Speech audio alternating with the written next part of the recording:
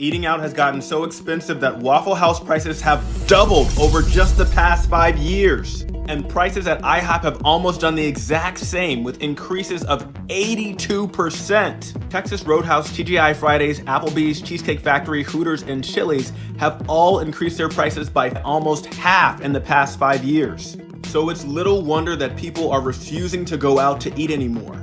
It is just too expensive. The price to eat out continues to increase at this rate. Expect a lot more chains to start folding and declaring bankruptcy soon. Mark my words, the next place that you will see buy now, pay later services like Klarna will be at restaurants like Chili's and Applebee's. What's up, guys? Today, we're diving into something that's affecting millions of people around the world. The terrible cost of living crisis in 2025. Prices are skyrocketing. Wages are struggling to keep up, and many people are finding it harder than ever to make ends meet. I'm Canadian, I live in Ontario, I have a good job, I work full-time, my husband works full-time. Even with the money that we make, it's absolutely flabbergasting the cost of living right now. You literally cannot leave your house without spending $200-300. You go to the grocery store, getting anything basic is so much money. You just want to feed your kids healthy, it's so much money. Serious question, what is our monthly grocery budget? Because yeah, this is the first month of me living on my own, paying for all my groceries and all of that, but with my husband. And every time I go to the grocery store, it's at least $100. And I'm not getting crazy anything. I'm literally just restocking on stuff. And believe me, the stories from viewers like you really bring this reality home. Take this one for example. My brother works for a major bank and saw the CEO's bi-weekly paycheck was $96,000. No one is worth that much. Talk about wealth hoarding. When you think about it, that's $2 million a year for a single person, while millions of others are struggling just to pay rent. This kind of extreme wealth inequality is not just unfair. It creates a system where money doesn't circulate in the economy in a healthy way, and ordinary people end up paying the price. So living out here in Australia is crazy. Let me show you. 30 cans of Coke for $50. This block of cheese, nearly $14. $4.90 on offer for chocolate. No thanks. $7 just for some milk. How am I going to survive out here? Serious question, how are people affording anything in 2025? I'm having surgery in 2 weeks on my neck, so I was told to get certain types of shirts so it wouldn't bother the area. I go to Goodwill. I'm looking at prices, $9.99 for used shirts that are of no brand of value at all anywhere. Maybe it was Target, I don't even know. I probably could go to Target and get it for brand new for the same price at this point. I don't know. But seriously, how is it that I have just gotten priced out of a thrift store? I cannot remember the last time I actually went out and had a meal in a restaurant. We do not order out. We don't even get pizza because we're trying to save everything for 2025 with all of my health stuff. I am so sick of my own cooking. You have no idea. I'm a bad cook. And I am so freaking tired of my own food. But how do people afford to go to a restaurant, sit down, and have a meal? That is a foreign concept to me at this point. And it's not just the billionaires and CEOs. Many hardworking people today find themselves working insane hours just to survive. One viewer said, "I work 70 hours a week. I make more money than people I know with a master's degree. I'll never own a home, save money, or retire." Imagine dedicating nearly 2 full work weeks every week just to keep your head above water, yet still knowing that owning a home or saving for retirement is out of reach. That's the reality for too many Americans in 2025. Buy now, pay later app Klarna announced a partnership with popular food delivery app DoorDash. The company said DoorDash customers will be able to split their payments at checkout into 4 interest-free installments or defer the payments to a later date. The move comes as Klarna is expected to join the New York Stock Exchange as a publicly traded company with an IPO expected sometime this year. And some breaking news, State Farm has requested an interim rate hike averaging 22% for homeowners. The state's largest insurance provider is citing a dire financial situation after the fires last month.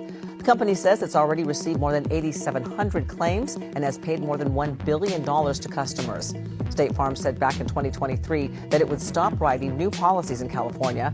And last year, the company said it would would not renew 30,000 policies. We'll, of course, continue to follow this story this afternoon. How can we afford an $80,000 house? Very simple. Over 30 years, just a trifle down payment, and a pittance of a mortgage, and 2 living parents with a pet book inside. So that clip was from Boy Meets World, and that episode aired in 1999, and I couldn't help myself, so I had to run the numbers. The show took place in Philly, and I saw that the median house price was around $80,000 in 1999. Now, Corey and Topanga were high school students without a job, so they couldn't qualify, but what about the median household income back then? It's $40,000. Which is about $3,300 a month, and a 3% down payment on the median house was only $2,400. So somebody in Philly in 1999 didn't even have to save 1 month's income to put a down payment on this house, and the interest rates were around 7%, just like they are today. So with principal, interest, property taxes, insurance, and private mortgage insurance, the total payment was $750 a month to get the median house in Philly, and you're making $3,300, so that's about what, 25%? So a family making 40 grand could take care of their entire mortgage in just 1 week. And then I wanted to see, well, let's just see what happened to the prices in Philadelphia, because we know the averages around the country, but let's look at Philly. $80,000 was the median price in 1999. It's now $250,000, so below the average for the nation, but the income was $40,000 for the median household. Now it's $60,000. So the housing price, even in Philly, went up over 200% in the last 25 years, but the income only went up 53%. So even in smaller cities, metro cities, no matter where we look, I don't think I have found a city in America where the housing and income was even close to keeping up. Looking back at history is even more striking. One viewer shared, "I lived on $300 a month in 1917 when I was 22 years old. I had an apartment that was all bills paid for, $130 a month. My car was paid for, and I worked for a mortgage company at an entry-level position. Never asked my parents for any financial help. I believe that would be impossible today. I feel so bad for young people struggling." When you compare that to today's standards, it's hard to imagine anyone being able to survive on that kind of budget without help. Inflation, skyrocketing rents, and basic living expenses have completely shifted what it means to be financially independent. How much does a single person need to make to live comfortably in Atlanta? $100,000. That's according to a survey from Go Banking Rates. The results are based on monthly and annual expenses, plus the average mortgage cost based on data from Zillow. Now, the survey found that median household income in Atlanta is a little less than $82,000, and the average monthly cost of living is nearly $4,200. So according to Zillow, from 2020 to 2024, the monthly mortgage payment on a typical home in the U.S. nearly doubled. Gulp. Oh my gosh, and that's just over 4 years. The company estimates that a household needs around $106,000 a year to comfortably cover annual mortgage costs. Okay, let's look at the reality. The median household income in this country is around $81,000. Well, we finally got a house, but it used up our last dollar, and it didn't come with a fridge. So, this'll do for now. Another viewer wrote, "In the late 70s, I had an apartment and drove a new Camaro on my salary and never struggled to pay my bills. I feel sorry for the young people today." Think about that. Someone could work a regular job, have a brand new car, rent an apartment, and live comfortably. Today, many young people are juggling multiple side hustles just to cover the basics. Even 19 years ago, in 1977, things were more manageable. One viewer said, "Making $5 an hour and bought my first house, old one, for $20,000. I just don't see how young people can do the same today." $20,000 might seem like a tiny number now, but back then it was realistic for someone making an average wage to save up and buy a home. Fast forward to 2025, and even modest houses often cost hundreds of thousands, or even over $1 million in some areas. And it's not just housing. Living expenses across the board have exploded. I'm going to show you the craziest thing I've ever seen in my entire life. You ready? This is our electric bill for 1 month. We live in the beautiful state of Connecticut. Our total supply that we used for the month was $236.71. The transmission was $87.01. The local delivery, I don't know how they deliver it, but we have to pay for it. It's $175.16. And then we have a thing called public benefits. So this is the people who can't pay for their electric bill. And we pay for it.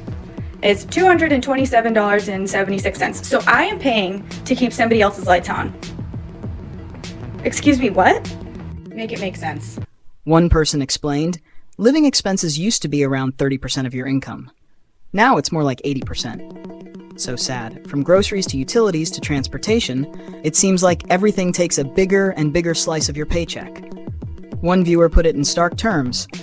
Just spent $159 on 2 bags of food, laundry detergent, 2 times sparkling water, and toilet paper. This is outrageous. When basic necessities feel like a luxury, it's no wonder people are stressed and struggling. Insurance is another example.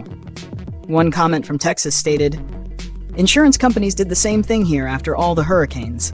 They are more than happy to take our money, but when it's time to pay up, they don't end. They jack up their prices." Natural disasters, corporate greed, and an unpredictable economy make it harder for families to feel secure in their homes. And when insurance hikes hit, people are left scrambling to cover essentials they thought were protected. Guess what, guys? We just got some new F-150s in. Pretty slick. Oh, heck yeah. I wouldn't mind an F-150. What models you get in? Let's go take a look at them. We got in the brand new STX F-150s with the 5.0 Coyote. Yes, let's go. Dude, I've been wanting the 5.0. Wasn't a big fan of EcoBoost. Like, I don't mind them, but like the 5.0 Coyote. I mean, obviously the sound of it's awesome, you know? Not just the sound, that price is awesome too. We got them priced great. They're a great entry-level truck, very affordable. It's kind of the affordable line of the F-150s. Sweet, well, what do you got them priced at? If you're just looking for one with a simple color scheme, they're starting out at $60,000. $60,000 for a half ton? What? Yeah, $60,000. That's a pretty good entry-level price, you know? You realize the average person does not make that in a year. That's insanity. That's more than most people make a year. If you want like the XL model, they're only like $55,000 for a base model truck. Do you hear what you are saying to me? Even basic shelter is slipping out of reach for some. To know that there are people in 2025 who have to live in cars is so depressing and dystopian. One person shared. I don't know who needs to hear this, but living in your car is cheaper, but it is not cheap. I still have so many expenses. I have to eat out every day because I don't have the means to cook. There is ways to save money, like not eating out, but that's a whole different video. I have a cat who requires a lot of things. I had to pay for storage to hold the things that I still want. I still have a phone bill. Gas is so expensive right now. I have to be on top of the maintenance for my car because it is my house. Oil change, any light that comes on, I have to be on it. I have to do laundry every week. Literally everything costs money. So if you're gonna live in your car thinking, oh, I'm gonna save all of my money, no, you won't. The life is still expensive. It's just you're not paying rent, which is a huge chunk, but it's still not cheap. And silly me for thinking that I would walk away from 2 months of living in my car with most of my wages for those 2 months. And that is in fact false.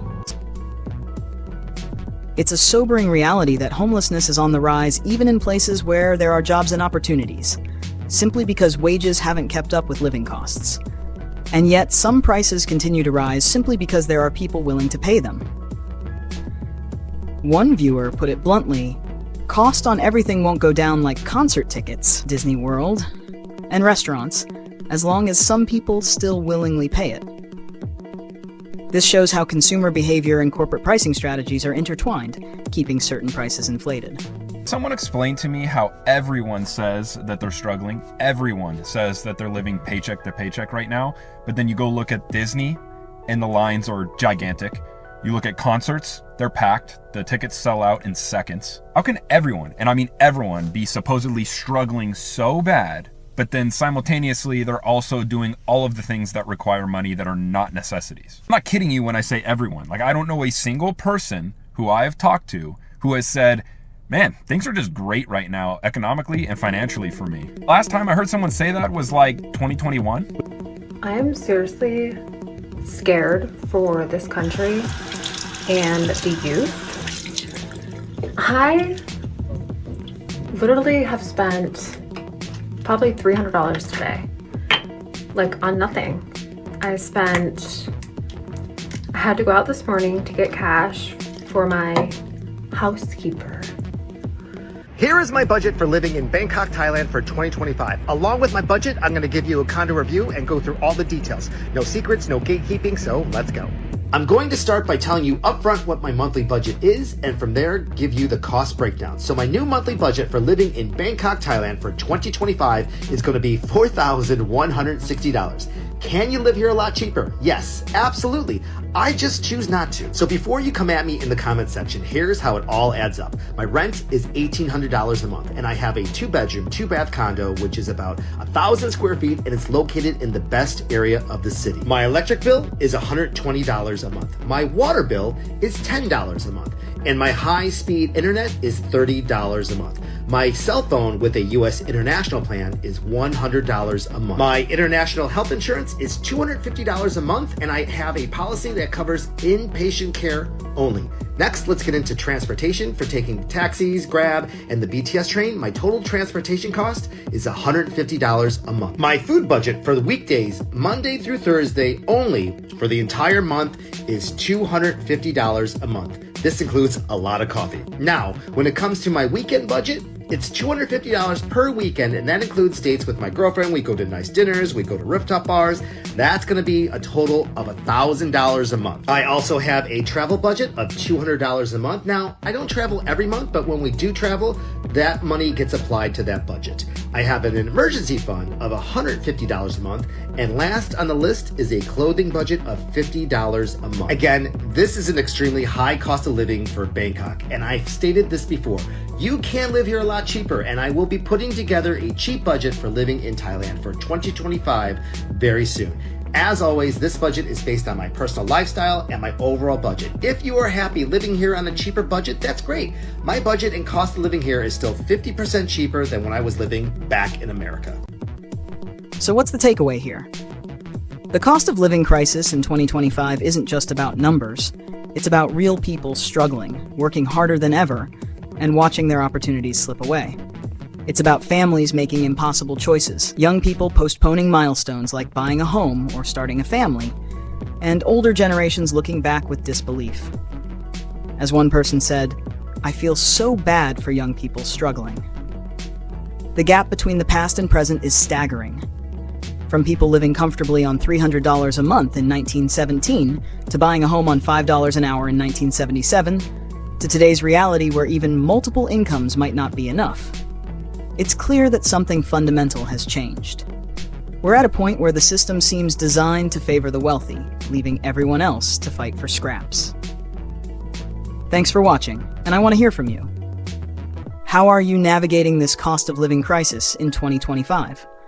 Are you working longer hours, cutting back on essentials, or finding creative ways to survive? Drop your thoughts in the comments below. Let's share experiences and solutions, because this isn't just a personal struggle, it's a societal one.